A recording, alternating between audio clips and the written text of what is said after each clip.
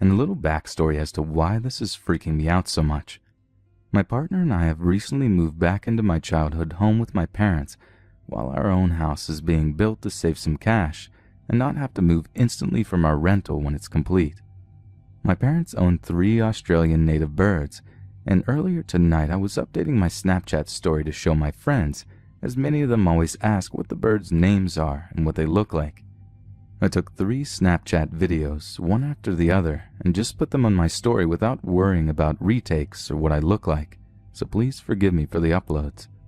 Anyways, within about 15 minutes of uploading, I received an SMS message from one of my good, but not great friends that said, "You bearded beasts, those birds are mad. By the way, the fuck was that in your window behind you in the last one?" I had no idea what he was going on about, so I went and watched my own Snapchat stories a couple of times. On the 3rd or 4th watch, I saw what he was talking about, and my stomach sank. I almost started to have a panic attack, and I'm still pretty shaken up. I immediately saved my story videos and put them onto my computer to see them larger.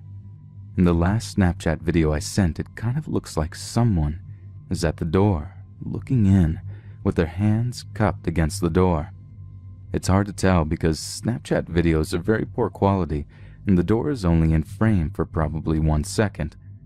Whatever is in the 3rd Snapchat video, however, is definitely not in the first video when the door is in full view. I was the only person home at the time, and that particular door leads to the backyard, which is only accessible via a single locked gate. Here are the 3 videos I saved from my story. So the first one of my parents' little birds is this little guy. It is little Leo. He's a cockatiel. The second little bird of my parents is a rainbow lorikeet. His name is Oliver. And there he is. And here I am with my good little mate, Puffin.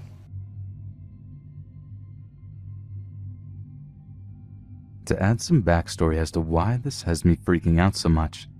To do that, I have to quickly talk about my childhood teenage years up until I moved out with my partner at age 18. From about age 8 until age 10, I had episodes of sleep paralysis, 1 or 2 times a month, where it felt like a weight was sitting on my chest and I couldn't breathe for about 40 seconds at a time. This led to insomnia and anxiety about bedtime, as I dreaded feeling helpless. I ended up seeing a child psychologist, and whether that was or was not the reason, the episodes largely went away, only once or twice a year until age 13. At age 12 or 13, for seemingly no reason at all, I started to get chronic episodes almost every night that lasted minutes to tens of minutes at a time. During these episodes, I could breathe, but couldn't move. The worst thing about these episodes, however, is that I felt like something was in the room with me and meant me no harm, common for people who experience sleep paralysis. At roughly age 14, things really took a turn, and I started to hear and see things during maybe 1 in 10 of my episodes, also pretty common for people who experience sleep paralysis. The things I heard were never too crazy and over the top, and were usually just thuds and creaks.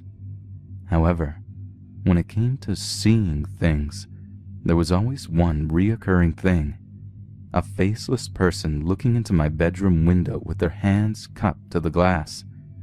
For the course of a 1 to 10 minute episode, this person would just stand there and look at me. Whenever the episode ended, the person would just be gone. Over the course of 4 years, this occurred quite regularly, but it always really made me feel totally helpless and terrified. I never got used to it. When I moved out at age 18, I never had another episode where I saw anything. I'm 26 years old now, and I very, very occasionally, once a year, have small, less than 30-second episodes, but only those in which I feel heavy-chested. To cut a very long story short, whatever is there in my Snapchat video looks almost 100% what I used to see as a teenager during my sleep paralysis episodes, and I have been a nervous wreck all night over it. To me, it kind of looks like a face to the glass and 2 hands on either side. It has scared the Christ out of me. What do you guys think? Snapchat was still pretty new when this story took place. It was sometime in late 2011. During my freshman year of high school, I had one really close friend. Her name was Samantha. Samantha told me one Friday before the weekend that she would ask for a friend request the next day. She thought it would be really cool if we bandwagoned on the Snapchat trend. The sooner the better, because Snapchat was almost non-existent at our school. And when I got home that day, I got a friend request. The profile picture was of Samantha. This was odd because she told me that she would invite me to her contacts the next day. Without hesitating, I accepted it. I figured she just got to it sooner. After I finished my homework the same day, I got a message from that account. 2 messages, in fact. They said, "Come to my house tomorrow, we can have a party." And the second was her address. I was really happy as I never went to her house before. We had just met earlier that year. And besides that, I wasn't often invited to parties. The address she gave me was to a house nearby, so I decided to walk over the next day. When I actually saw the house, I checked Google Maps multiple times to make sure I was led to the right destination. Because this place was very messy, and the windows were covered in those thank you bags you get at markets. Something didn't seem right. It was very modest for Samantha's family, yet we attended a private school. I realized the address was correct, so I knocked on the door, although I was a bit hesitant. It opened very quickly, and a man greeted me, almost like he was expecting me. He was about 6'3" with blonde hair. He really didn't look anything like Samantha, who was a short, black-haired girl. I asked if they were related. He simply said, "Yes." It was in a very plain and odd voice. Then I asked him about the bags on the windows, and he said it was because construction workers were still renovating the house. Before I could ask or say anything else, he beckoned me inside, moving aside so I could go through the doorway. I entered the small house. Sitting near a frayed couch was a large terrier, which he said they just bought a few days before I arrived. He told me to sit down while he went to get something. I checked the time on my phone, but the moment I grabbed it, it vibrated with a message. It was a notification from Snapchat.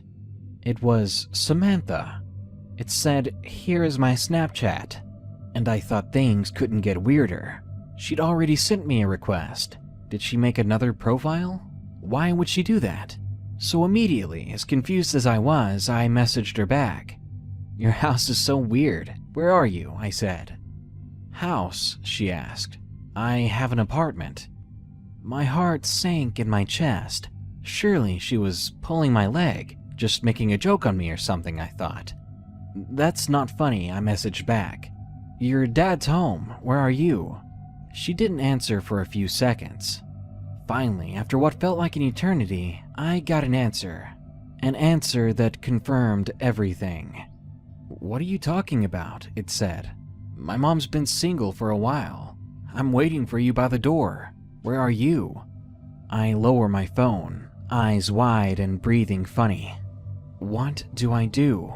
Did I really just walk into a stranger's house? A stranger that had laid bait for me?